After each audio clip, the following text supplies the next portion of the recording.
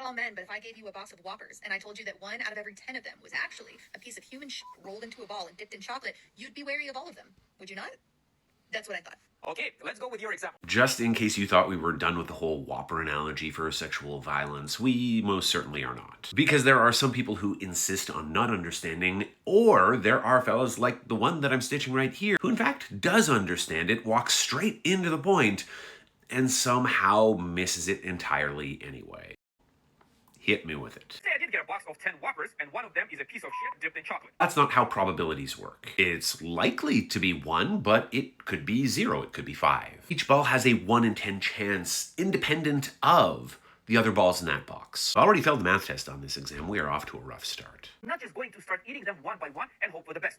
I will check first. Which I'll note is exactly what is being proposed in the original video. She says you have to be wary. Probably get the gloves, put 10 Whoppers on the table, cut them in half, take a look. This also makes perfect sense. But what I want you to imagine is what would the equivalent to that sort of surgical precision actually be if you were a woman dating men. It can't just be observation, because observation wasn't good enough in this analogy, right? You had to cleave them in half. A big part of the pleasure of eating a Whopper is letting it sit in your mouth until that chocolate dissolves. Unless you're some sort of psychopath who bites into all of them. So in a sense, you had to ruin 9 of them in order to discover the bad one. I think you are dangerously close to accidentally getting it. And once I find the shitty one, I throw it away. Now I have 9 normal Whoppers.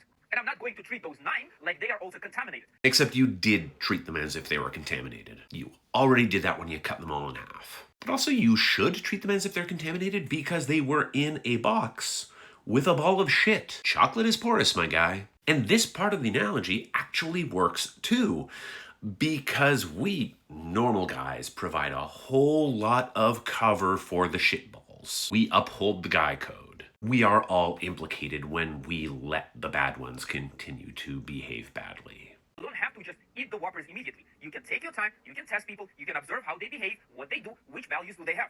And if you find a bad one, you avoid them. You go and choose the ones that are actually decent. Except it's not that easy, and we know it's not that easy. Abusive men are expert manipulators, capable of hiding their abusive tendencies for months at a time, obscuring it behind behaviors like love bombing. Because sitting there, blaming the whole box of Whoppers because one is made of shit, that's not the solution. We, you, me, men in general, we are the solution here. Men continue to get away with this behavior. They continue to be shitballs because we enable them. Learning how to tell which one is edible and which one isn't, that's the way. Now you come fully around to just blaming women. You might not think that you are the chocolate-covered shitball, my guy, but you are most certainly a chocolate-covered shitball.